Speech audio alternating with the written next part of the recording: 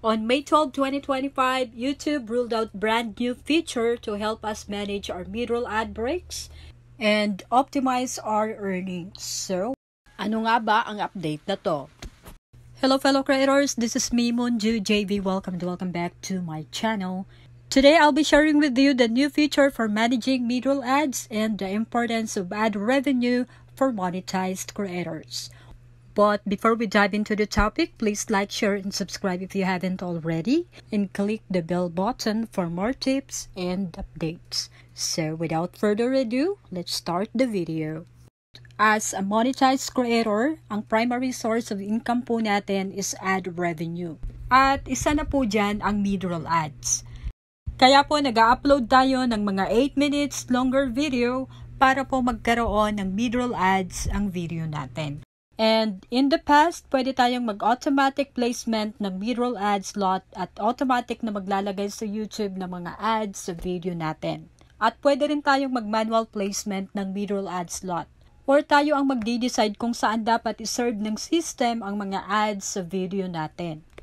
At kapag nag-manual placement tayo, madalas tayong nag-i-stock ng multiple ads sa ating mga video. Or halos sumaabot ng 20 ads ang iisa nating video. Dahil halimbawa every 30 seconds naglalagay tayo ng ads dahil the more ads, the more money. Pero ang hindi po natin alam, hindi po lahat ng mid-roll ads ay magpe-play or makikita ng mga viewers. Dahil pwede pong maging interruptive ang mga mid-roll ads and makaka-affect po sa revenue natin. At yan po ang main point or main reason kung bakit may important changes sa YouTube sa mid-roll ads para po may manage natin ang mid-roll ads natin at natural breakpoints gaya po ng poses, scene transition, or topic changes. So, para maintindihan po natin ang update na to, alamin natin kung paano nga ba nag-work ang ad system.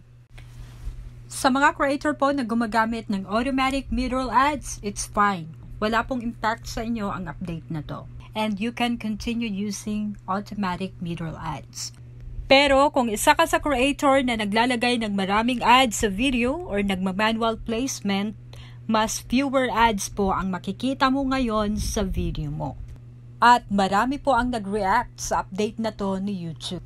Bakit daw fewer or kakaunti na lang ang mga mid-roll ads sa video? Makaka-affect ba ito sa earnings ng mga creators? So, bakit nga ba ginawa ni YouTube ang update na to? Well, hindi po maaapektuhan or bababa ang earnings natin. In fact, pwede pang tumaas ang kita natin dahil madidetect na YouTube ang mga interruptive or annoying ads para sa mga viewers. Ganito po kasi ang scenario. Kapag po nagma-manual ad placement tayo, nagiging interruptive po ang mga ads natin dahil pumapasok or nagpe-play sila in the middle of our video or sa key points ng video natin. Halimbawa, kagaya po nito. Ang auto-dubbing ay automatic. So, yan po ang advantage ng auto. Kung mapapansin natin, nadidistorbo ang flow ng video natin dahil sa mga interruptive mid-roll ads. At yan po ang nagiging dahilan minsan kung bakit nagki-click away or ina-abandon ng mga viewers ang video natin. At yan po ang inayos ni YouTube. Imbes na maglagay sila ng maraming ads na nagiging interruptive lang sa mga viewers or nagiging annoying lang sa mga viewers at nagiging dahilan ng pag-abandon ng mga viewers sa video, nagkaroon na lang po ng effective ad placement sa YouTube or fewer ads na lang ang nilalagay nila at natural breakpoints. Halimbawa, nag-post ka saglit sa video mo and then papasok ang mid-roll ads. Nagkaroon ng scene transition, papasok ang mid-roll ads. And nag-change ka ng topic, papasok ang mid-roll ads. So, nasa timing po ang pagpa-pop up or pagpi-play ng mga mid-roll ads. And maiiwasan ang mga interruptive or annoying ads. And in that way, makaka-ensure po tayo ng viewership. Or mag-i-increase ang viewer engagement dahil papanoorin ng mga viewers ang video natin and even our odds. And mag-i-increase ang revenue natin or ma-optimize ang earnings natin. And for clarification, hindi po binawal ni YouTube ang ad slot. Tinanggalan lang niya tayo ng ability to add ad slot. Dahil po kapag nag-manual mid-roll ads tayo, hindi po mag-guarantee na mapiplay or mag-a-appear sa viewers ang ad na inilagay natin. So, kaya po naglagay ng mga specific slots sa YouTube para po tumaas ang ating earnings, ma-meet ang advertisers' need at magkaroon tayo ng viewership. So, it's a win-win situation for the creators, the viewers, and the advertisers. And as I mentioned earlier, meron pong brand new feature or mid-roll feature sa YouTube. So, ano nga ba ang mga feature na to?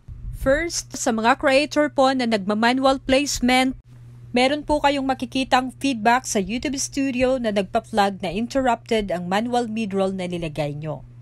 So, pwede nyo pong i-tweak or baguhin ang timing at i-move sa mas natural pose or transition.